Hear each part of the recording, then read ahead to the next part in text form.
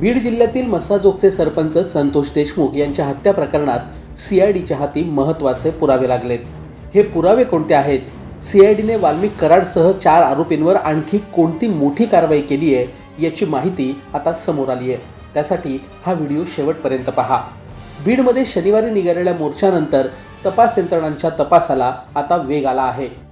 हत्या आणि 2 कोटी रुपयांची खंडणी या 2 गुन्ह्यांमधील आरोपी वाल्मिक कराडसह 4 आरोपींचे बँक खाते सीआयडीने फ्रीज केले। त्यांच्या शोधासाठी सीआयडीची 9 पथकं देशभरात गेली आहेत। मस्साजोगचे सरपंच संतोष देशमुख यांच्या हत्येसह 2 कोटी रुपयांची खंडणी मागितल्याप्रकरणी मंत्री धनंजय मुंडे यांचे निकटवर्तीय वाल्मिक कराड यांच्यावर सुद्धा गुन्हा दाखल आहे। कराडला अटक करून मुंडे यांना मंत्रिमंडळातून हाकला अशी मागणी शनिवारी बीडमध्ये निघालेल्या मोर्चामधनं करण्यात आली होती। सुदर्शन घुले, कृष्णा आंधळे, सुधीर सांगळे आणि वाल्मिक कराड या 4 आरोपींची बँक खाती गोठवण्यात आली आहेत। सीआयडीच्या 9 पथकांकडून सध्या देशभरात त्यांचा शोध घेतला जातोय। फरार आरोपींच्या पासपोर्टबाबतही कारवाई केली जाणार आहे, त्यामुळे त्यांना देश सोडून जाता येणार नाही। सीआयडीचे छत्रपती संभाजीनगरचे पोलीस अधीक्षक सचिन पाटील हे बीड शहरात ठाण मांडून बसलेत। दरम्यान पोलिसांनी या घटनेनंतर एक काळ्या रंगाची 4 चाकी जप्त केली होती। त्यावरील ठसे आणि अटकेत असलेल्या आरोपींच्या ठशांची तपासणी केली असता ते जुळले आहेत। हा मोठा पुरावा सीआयडीच्या हाती लागलाय। त्याचबरोबर पोलिसांनी जप्त केलेल्या मोबाईलमध्ये संतोष देशमुख यांना मारहाण करतानाचे काही व्हिडिओ सुद्धा सापडलेत। तसंच या मोबाईलमधून कोणाकोणाला कॉल केले याचीही माहिती पोलिसांनी घेतली आहे। धक्कादायक बाब म्हणजे यामध्ये काही राजकीय नेत्यांना कॉल करण्यात आले अशी माहिती सूत्रांनी दिली आहे।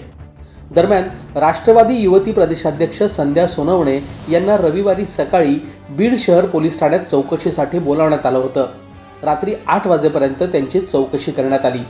जबाबासह इतरही पुरावे त्यांच्याकडून मिळवले जात आहेत अशी माहिती मिळते। सोनवणे यांचा या प्रकरणात नेमका काय रोल आहे, त्यांना चौकशीसाठी का बोलावलं गेलं, या सगळ्याची चर्चा दिवसभर बीड जिल्ह्यात सुरू होती। एकूणच या प्रकरणात वाल्मिक कराड यांच्या कनेक्शनमुळे धनंजय मुंडे यांच्या राजीनाम्याची मागणी होते। त्यामुळे आरोपींच्या मोबाईलमधून कुणाकुणाला फोन गेले याची माहिती समोर आल्यानंतर यामागे राजकीय कनेक्शन आहे की नाही ते स्पष्ट होणार आहे। दरम्यान या प्रकरणातील 3 आरोपींचे मृतदेह सापडल्याचा व्हॉइस मेसेज अज्ञात व्यक्तीने सामाजिक कार्यकर्त्या अंजली दमानिया यांना पाठवला होता।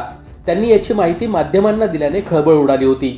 त्यानंतर बीड पोलिसांनी याचा तपास केला असता संबंधित व्यक्तीने दारूच्या नशेत हे कृत्य केल्याचं समोर आलं आहे। तर दमानिया यांनाही या संदर्भात बीड पोलिसांनी नोटीस बजावली आहे। 6 डिसेंबर रोजी केज तालुक्यातल्या मस्साजोग इथं पवनचक्कीचं काम करणाऱ्या सुरक्षा रक्षकाला मारहाण करण्यात आली होती। त्यानंतर 9 डिसेंबरला अपहरण करून सरपंच संतोष देशमुख यांची हत्या करण्यात आली। 11 डिसेंबरला कंपनीच्या अधिकाऱ्याला 2 कोटी रुपयांची खंडणी मागितली म्हणून वाल्मिक कराडसह 3 विरोधात गुन्हा दाखल झाला आहे। त्यामुळे आता मोकाट असलेले इतर आरोपी कधी सापडतात आणि यामागचा सूत्रधार कोण याची माहिती लवकरात लवकर समोर यावी अशी अपेक्षा सर्व स्तरातून व्यक्त होते आहे। तुम्हाला याबद्दल काय वाटतं ते कॉमेंट बॉक्समध्ये नक्की लिहा।